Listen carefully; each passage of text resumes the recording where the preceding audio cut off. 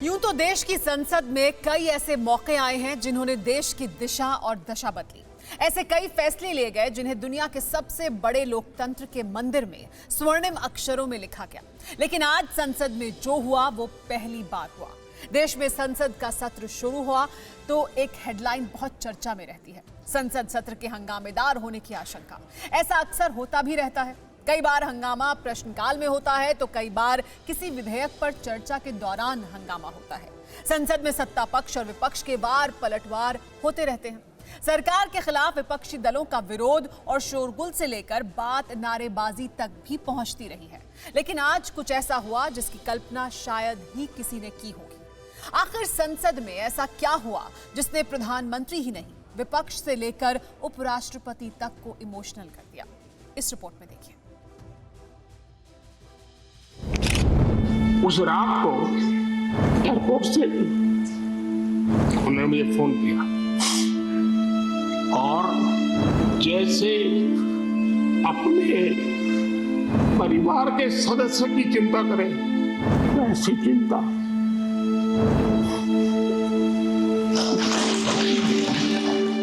जज्बातों का ज्वार शब्दों का आकार लेकर जब जुबान से निकला तो आंखें डबडबा गईं।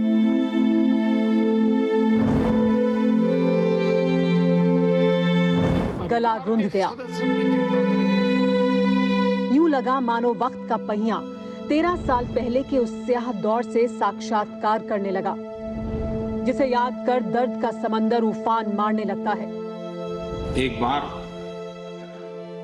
गुजरात के यात्री, क्योंकि जम्मू कश्मीर में जाने वाले टूरिस्ट में गुजरात बहुत बड़ा नंबर रहता है, और टेररिस्टों ने पर हमला कर दिया। करीब 8 लोग शायद मारे गए। सबसे पहले गुलाम नबी जी का मुझे फोन आया और वो फोन सिर्फ सूचना देने का नहीं था, उनके आंसू रुक नहीं रहे थे। प्रधानमंत्री राज्यसभा में बोल रहे थे। मौका राज्यसभा सदस्य के तौर पर कार्यकाल खत्म करने जा रहे नेता प्रतिपक्ष गुलाम नबी आजाद को विदाई देने का था। इसीलिए पुराने दौर का भी जिक्र आया। कुछ खुशी के पल स्मरण हुए। लेकिन जब 2007 की आतंकी घटना की बात चली तो भावनाओं के ज्वार उफान मारने लगे। उस रात को एयरपोर्ट से उन्होंने मुझे फोन किया और जैसे अपने परिवार के सदस्य की चिंता करें वैसी चिंता।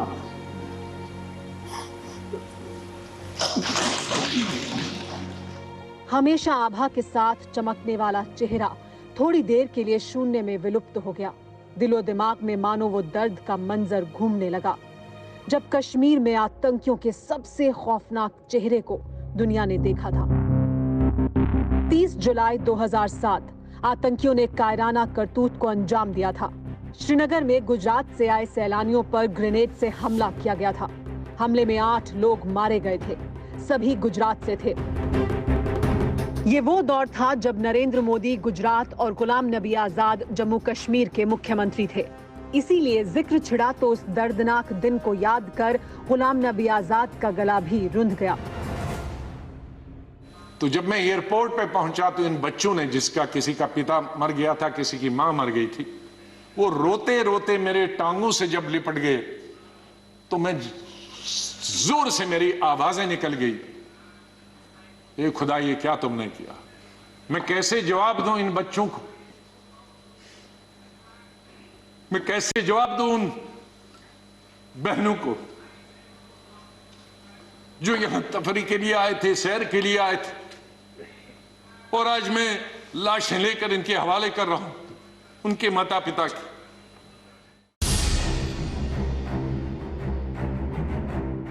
ये तस्वीरें उसी वारदात के बाद की हैं, जिसका राज्यसभा में जिक्र करते हुए प्रधानमंत्री मोदी भावुक हो गए। आतंकी हमले के बाद गुलाम नबी आजाद मारे गए लोगों के परिवार वालों को ढांढस बंधा रहे थे। बच्ची को गोद में लेते हुए गुलाम नबी आजाद भावुक हो गए। आजाद के आंसू निकल रहे थे। भावुक माहौल के बीच गुलाम नबी आजाद भी अपना रुमाल से आंसू पोंछते हुए दिख रहे थे। फूल, फल लेके भेजना चाहिए, लेकिन आपके बच्चों की लाशें भेज रहे, बहुत अफसोस है। हम सब माफ करना।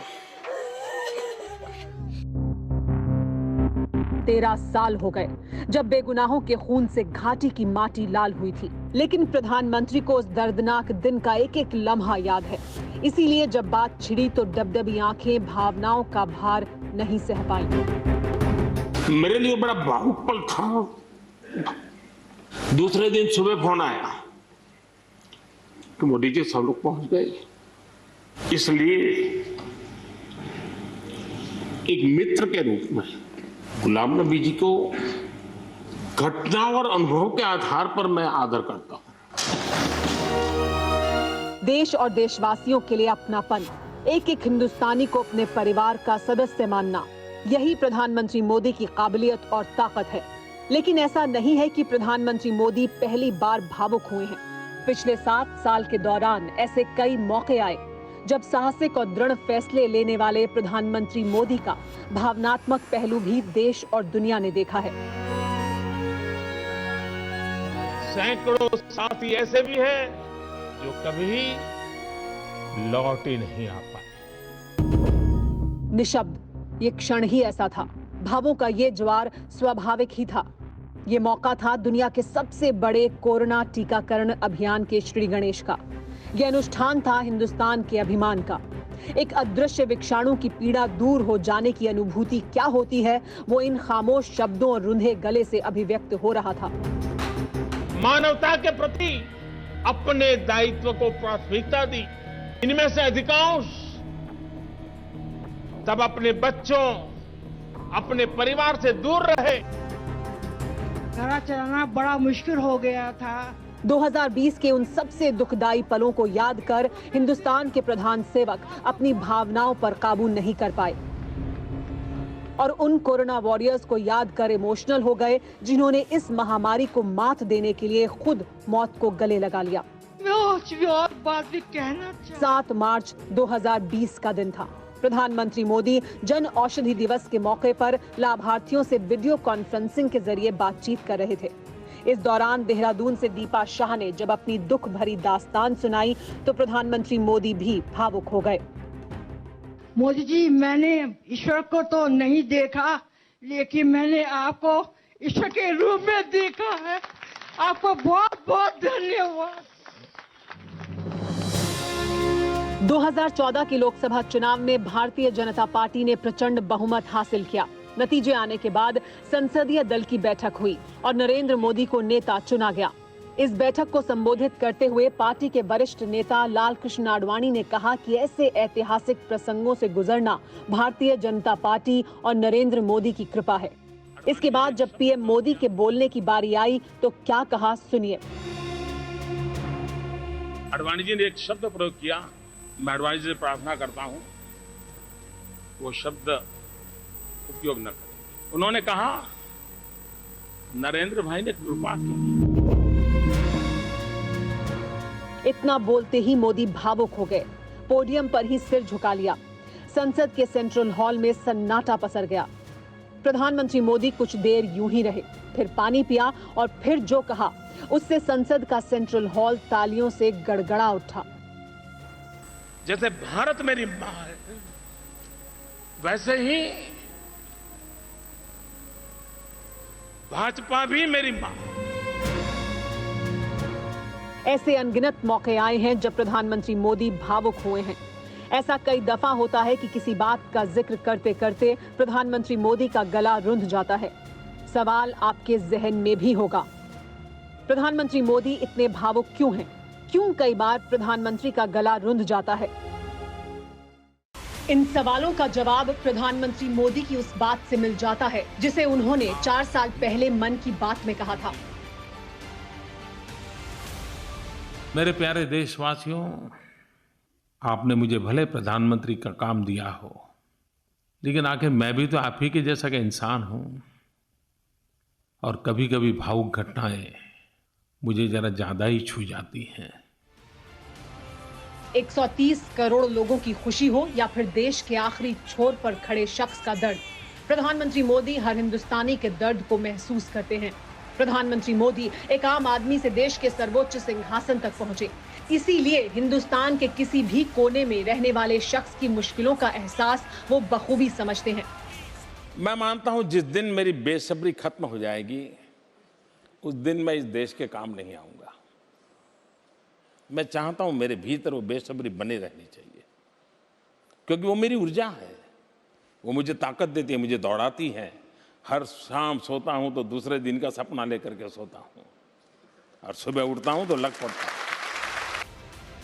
यही प्रधानमंत्री मोदी की संघर्ष गाथा है, यही वो दशकों की तपस्या है जिसे पूरी दुनिया प्रणाम करती है, क्योंकि प्रधानमंत्री मोदी का पूरा जीवन एक तप की तरह है। प्रधानमंत्री मोदी का बचपन बेहद संघर्ष में बीता। देशभक्ति बचपन से ही कूट कूट कर भरी थी। देश के लिए कुछ करने का जज्बा हमेशा से रहा। 13 साल गुजरात के मुख्यमंत्री रहते सैकड़ों तीर सहे। विरोधियों ने हमला करने में कई बार मर्यादा पार की। कांग्रेस के एक नेता ने मुझे गंदी नाली का कीड़ा कहा, तो दूसरा मुझे गंगू तेली कहने आ गया। इनके एक नेता ने मुझे पागल कुत्ता कहा, तो दूसरा नेता सामने आया और मुझे भस्मासुर की उपाधि दे दी। साथियों, कांग्रेस के नेताओं ने मुझे रावण, सांप, बिच्छू, गंदा आदमी, जहर बोले वाला तक बोला। प्रधानमंत्री नरेंद्र मोदी ने कहा कि 20 साल से सुनते सुनते वो गाली प्रूफ हो गए हैं। विरोधियों के अपशब्दों को वो अपनी ढाल बना लेते हैं। शब्द रूपी पत्थरों से तरक्की की सीढ़ी बना लेते हैं। मेरे पर आरोप ये है कि मोदी जी इतना क्रिटिसिज्म होता, आप बोलते क्यों नहीं है? अरे भाई, आपके क्रिटिसिज्म को मैं इतना महत्व देता हूं कि मैं उसको समझने की कोशिश करता हूं, इससे मैं सुधरने की कोशिश करता हूं। आपका मुंह बंद करना मेरा काम नहीं है, ये तो गलत रास्ता है। आप जो बोल रहे हैं मेरे लिए मूल्यवान चीज है। आप जो मेरी आलोचना करते हैं वो मेरे लिए बहुत बड़ा खजाना है, वो मेरे लिए गोल्ड माइन है। आलोचना करने वाले विरोधियों को प्रधानमंत्री ऐसा जवाब देते हैं कि वो भी उनके मुरीद हो जाते हैं। इसकी एक वजह यह भी है कि प्रधानमंत्री मोदी का आस्था और आध्यात्म से पुराना नाता है। ज्यादा वक्त नहीं बीता जब प्रधानमंत्री मोदी केदारनाथ की गुफा में ध्यान करने पहुंचे थे। इतना ही नहीं, हिमाचल और उत्तराखंड की पहाड़ियों में सिमटे आध्यात्म से प्रधानमंत्री मोदी का पुराना नाता रहा है। इसके साथ ही प्रधानमंत्री मोदी अपनी मां के भी बेहद करीब हैं। शायद यही कुछ ऐसी वजहें हैं कि जब भी जिक्र संघर्ष के दौर का होता है तो प्रधानमंत्री भावुक हो जाते हैं। न्यूज़ टॉप 9 रोज सुबह 7 बजे और शाम 7 बजे सिर्फ TV9 भारतवर्ष पर।